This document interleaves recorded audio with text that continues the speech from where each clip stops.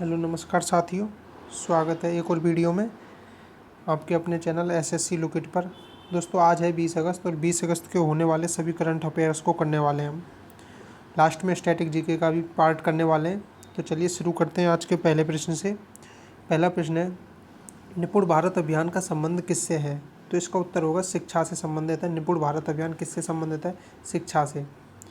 दूसरा प्रश्न है हमारा, किस सोशल मीडिया संस्था ने तालिबान और उसके समर्थन करने वाली सभी सामग्री पर प्रतिबंध लगा दिया है? तो इसका उत्तर होगा फेसबुक ने तालिबान और उसका समर्थन करने वाली सभी सामग्री पर प्रतिबंध लगा दिया है।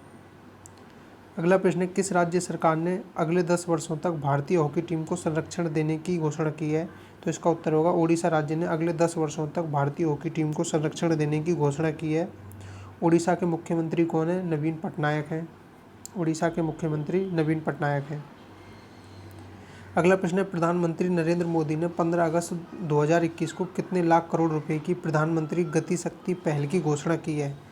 कितने लाख करोड़ की है? तो 100 लाख करोड़ रुपए की प्रधानमंत्री गतिशील की घोषणा की है प्रधानमंत्री नरेंद्र मोदी ने 15 अगस्त 2021 को।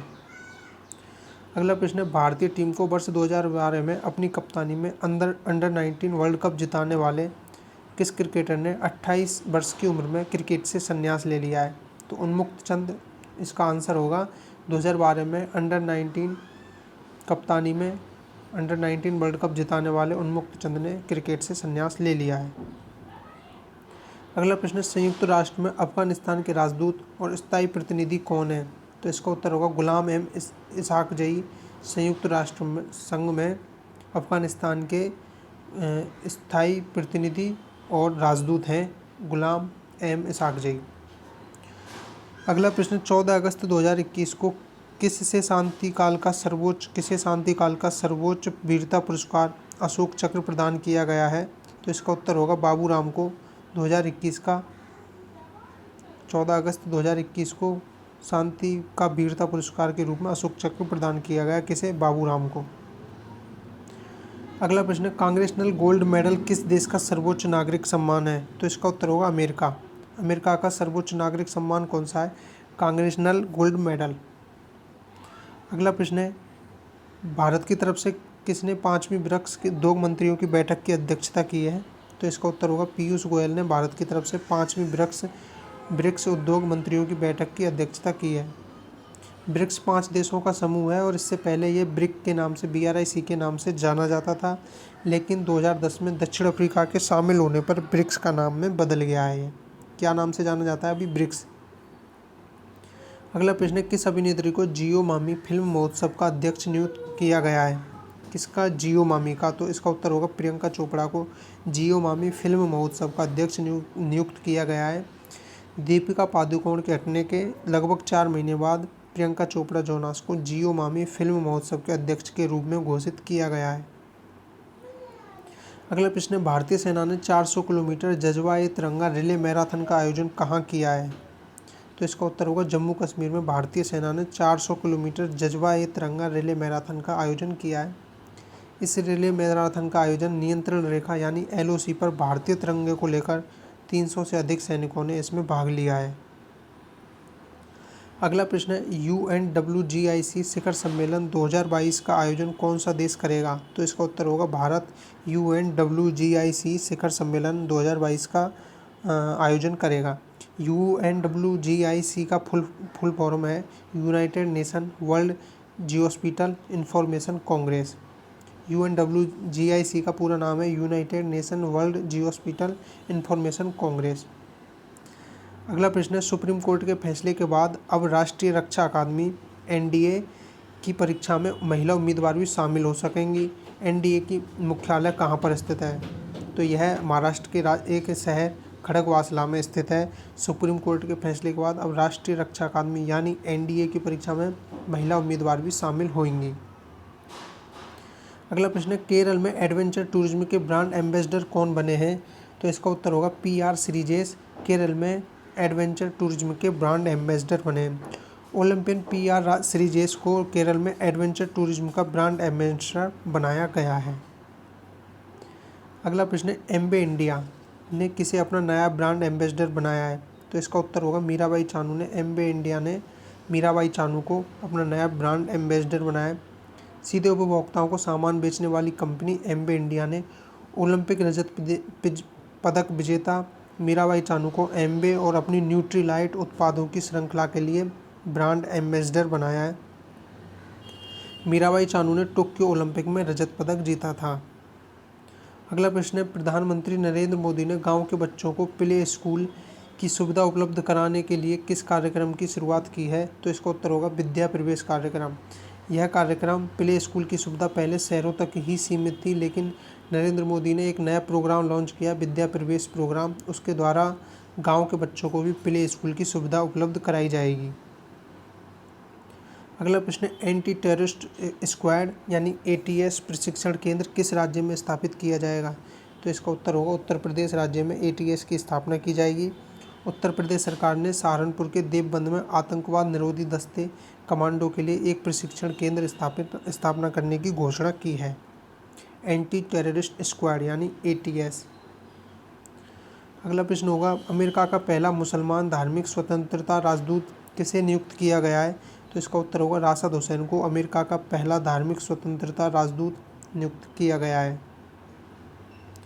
अगला प्रश्न, चर्चा में रहा प्रोजेक्ट बोल्ड किससे संबंधित है? तो इसका उत्तर होगा बांस से संबंधित है। प्रोजेक्ट बोल्ड 4 जुलाई 2021 को खादी और ग्रामोद्योग आयोग ने राजस्थान के उदयपुर में निचला मांडवा गांव से सूखे भू क्षेत्र पर बांस मरुद्यान नामक एक परियोजना शुरू की है। बांस लगाने के लिए कहाँ पर यह परियोजना शुरू की है? निचला गांव मांडवा, जो कि राजस्थान के उदयपुर में स्थित है।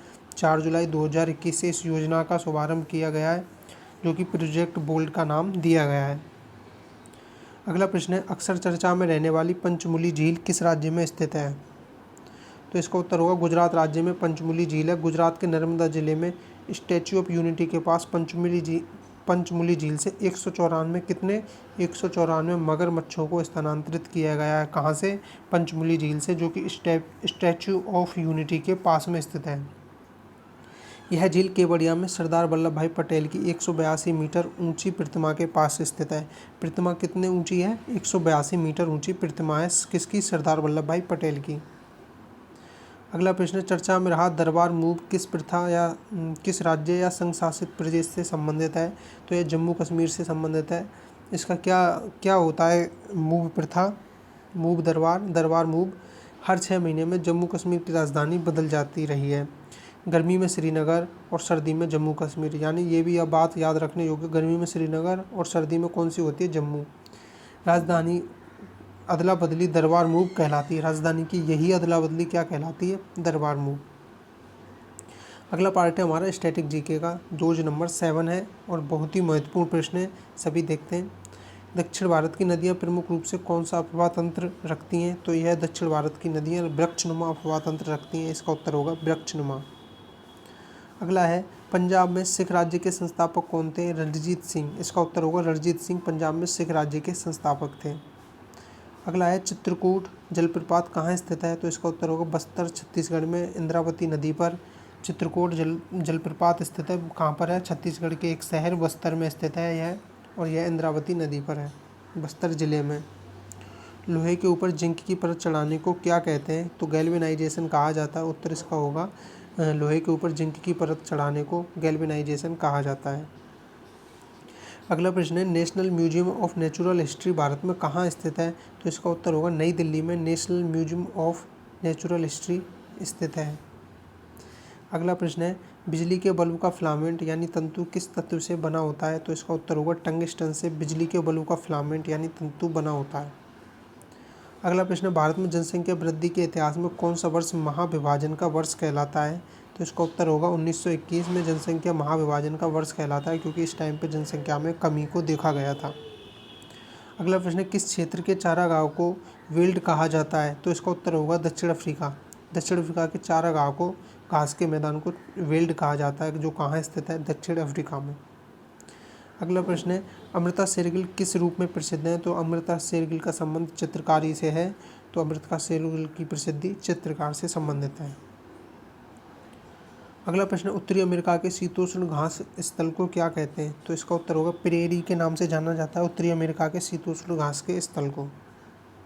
अगला प्रश्न है, नीलगिरी और अन्नामलाई के बीच स्थित दर्रा जो केरल और तमिलनाडु को मिलाता है, केरल और तमिलनाडु को मिलाता है, नीलगिरी और अन्नामलाई पहाड़ी के बीच में स्थित है। इस दर्रे का नाम है पालघाट दर्रा। अगला प्रश्न है, टिहरी बांध परियोजना से निर्मित जलाशय का क्या नाम है? तो स्वामी रामतीर्थ सागर है जो टिहरी बांध परियोजना से निर्मित जलाशय है।